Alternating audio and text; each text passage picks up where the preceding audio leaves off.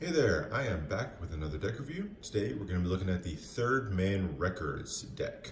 This is a collaboration between Art of Play and, of course, Third Man Records. If you haven't heard of them, they are an independent record company originally founded in 2001 by Jack White in Detroit, Michigan.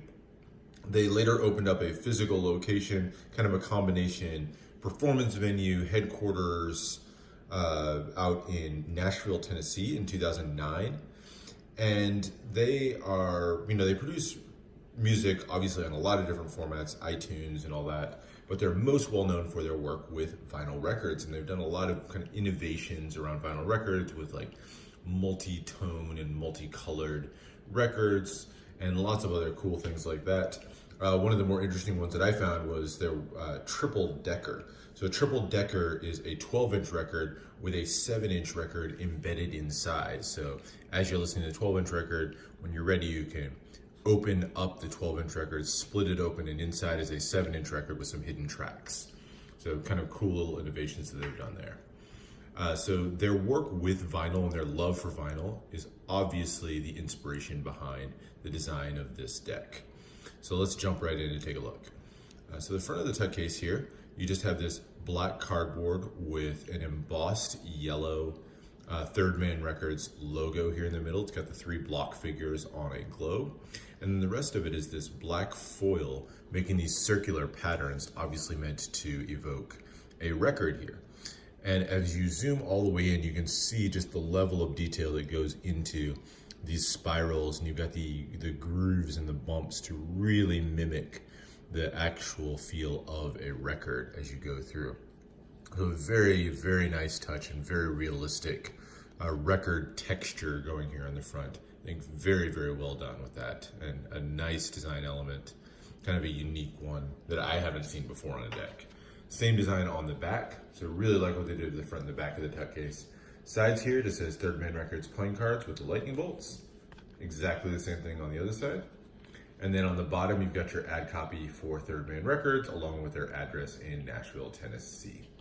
The top, covered up by the seal here, just says Third Man Records, and then you've got the 2 lightning bolts there on the side. And then you have this really lightly embossed seal here. It's just a black seal, but you can see really lightly embossed on there the Third Man Records logo. As you open up the tuck case, you just have a continuation here with the black flap here in the middle, but now you've got some lightning bolts coming out of there, and then you have the lightning bolts on the flaps here. You also have some foiling on the inside of the deck. So you've got that kind of diamond pattern there, but if you zoom in, you can see the lines, the diamonds are lightning bolts, and then at at some of the intersections here, you've got the 3 block figures for their logo. So very cool foiling pattern there on the inside in black foil. So a very nice tuck case. I like what they did with the tuck case. Very clean, very nice design to it, and nice record feel to it. Now let's look at the cards. So here's the back design of the card. It is simple, almost too simple, I would say in my mind. It is just plain black with a white border, and then you just have the 3 block figures on each side to make a 2-way back design with the Third Man logo. Not much to it, very clean back design. Not my favorite, like I said, maybe a little bit too simple, but definitely not like a distracting card design by any means, and it's really cleanly done. So there's the back design of the cards. You do get some extra cards. You get 4 of those. So starting with the couple of jokers, here are your 2 jokers. They are identical except with reversed colors. So you've got the yellow outline lightning bolt with white joker there in the corner, and then reverse white lightning bolt with yellow joker in the corner. And as you zoom in here, you can see jokers written with a little lightning bolt in the middle of the O there. So there's your 2 jokers, very simple, on a black card here. One of the things that kind of distracts me a little bit about this deck is the fact that you've got the white border on the backs, but then the fronts of the cards have black all the way to the edge. Don't love that, kind of cuts down the usefulness of the cards a little bit, but that is what it is. Pretty cool front design to the jokers there on their own. 2 ad cards are extremely simple, just yellow and white print with Third Man Records and a logo there on the front. One of them is just a logo with some lightning bolts coming out of it. The other one is their logo at the top of a radio tower, again with lightning bolts coming out of it. So very simple, a couple of ad cards. Flipping over the deck and taking a look at the rest of it, we will start as always with the Ace of Spades.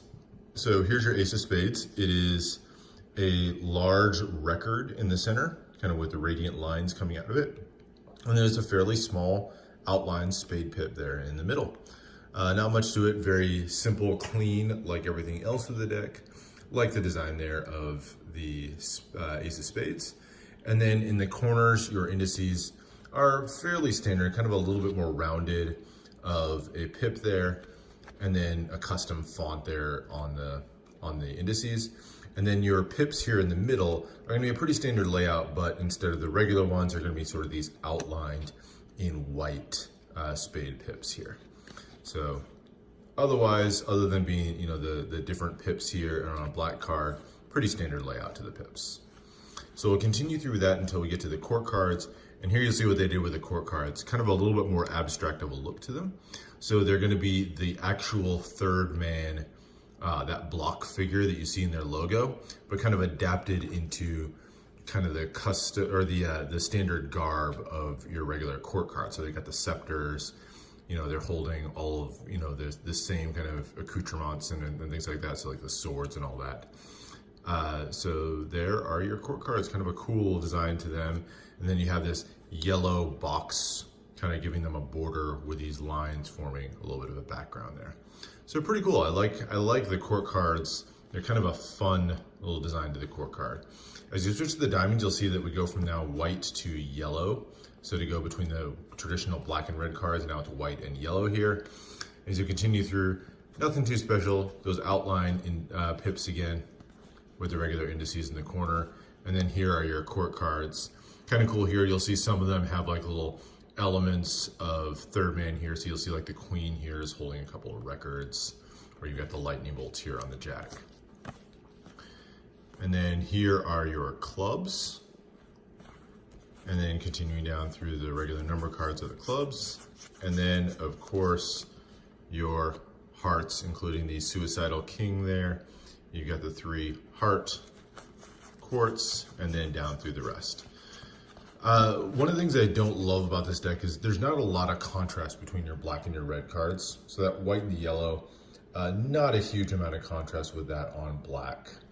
They kind of blend in a little bit together. So depending on what you're using this deck for, that may be a little bit of an annoyance. As far as handling, they're USB-CC, they're a little bit of a thinner stock, and they're gonna handle great. They fan beautifully, they're super smooth, really easy to handle right out of the box. So no complaints there whatsoever. They're gonna be really good for any use like that, and kind of gets me into what would you use this deck for?